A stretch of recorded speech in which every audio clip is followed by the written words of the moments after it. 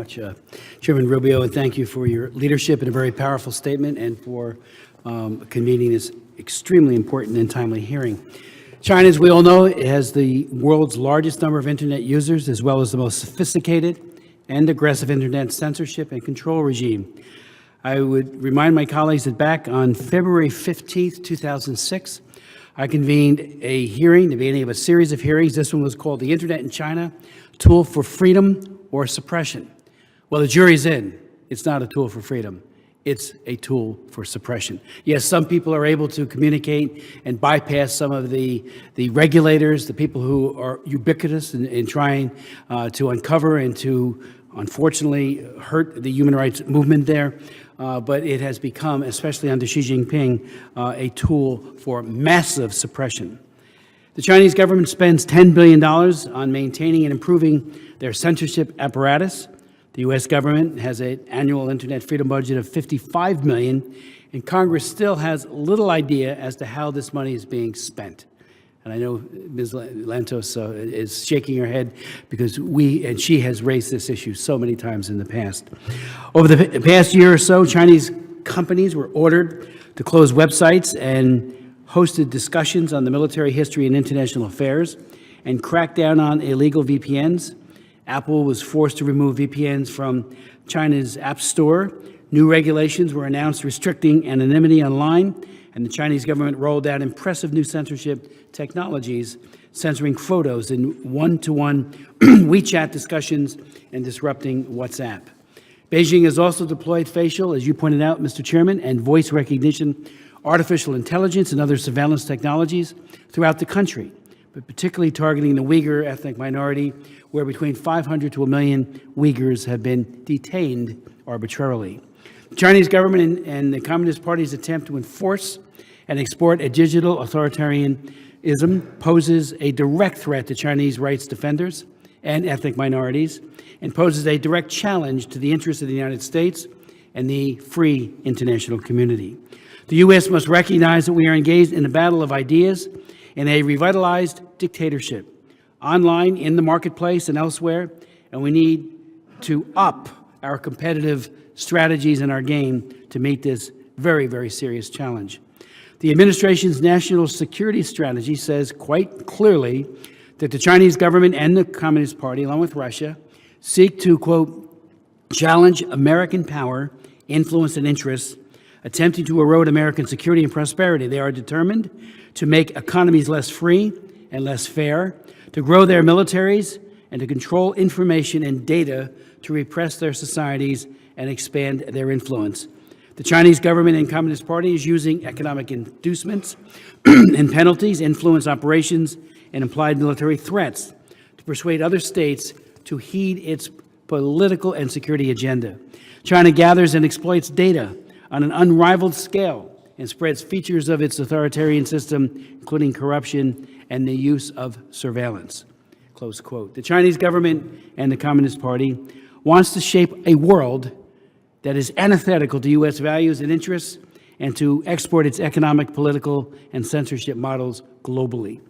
In response, the U.S. and like-minded allies must stand resolutely for freedom of religion, fair and freer trade, labor rights, an end to the coercive population control programs, freedom of navigation, the rule of law, and freedom of expression, including online.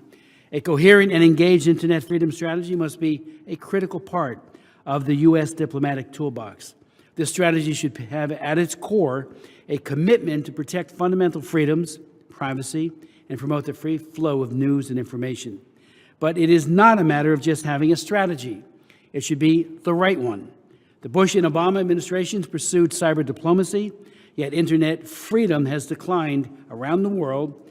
Privacy is increasingly under threat, and the free flow of information has become more endangered. The right strategy must start with some humility. Cyberspace is a place to spread democratic ideals and a place where criminals, extremists, corporations, traffickers, and governments exploit vulnerabilities with impunity.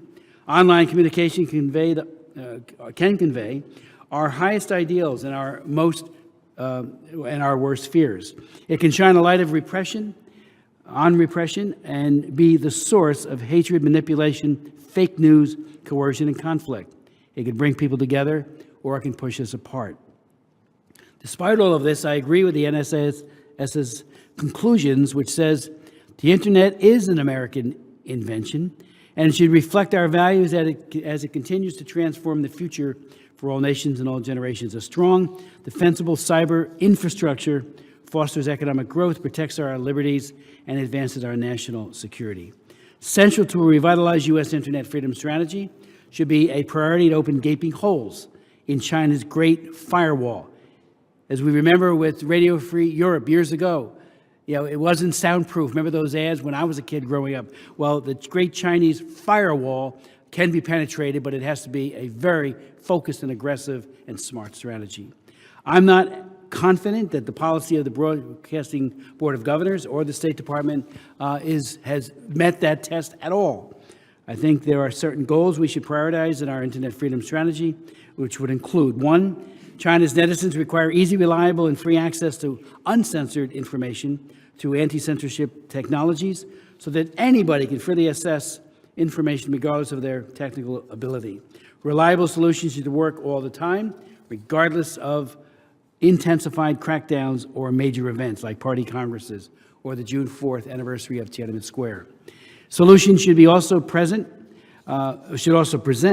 difficult choices for the Chinese authorities. If the authorities want to disrupt these solutions, then they must disrupt many online services, which they would normally be hesitant and unlikely to block. Access to solutions should also come at no cost for the Chinese netizens.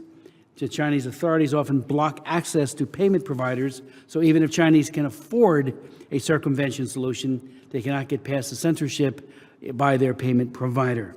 Holistic anti-censorship solutions should be encouraged, including not just technical circumvention, but also distribution of those tools, getting around Google Play being blocked, and censorship in the Apple App Store, as well as helping others share anti-censorship tools, as well as content through messaging apps, social networks, and QR codes. These are just a few of the examples. I can say to my colleagues that, in the years past, I've introduced the Global Online Freedom Act. We're going to be reintroducing that shortly, updated and hopefully responsive. Unfortunately, it's been sent to several committees. While we've gotten it out of the Foreign Affairs Committee in the past, Ways and Means and Financial Services on the House side have been less reluctant because of the pressures coming from the industries that weren't for it. I would note parenthetically as well that Google used to be against it, and then about midstream a couple years ago came out in favor of it. So hopefully there is hope that we'll get some support there. But above all, I think we just need to pass that or something like it in the very near future. I yield back, and I thank you.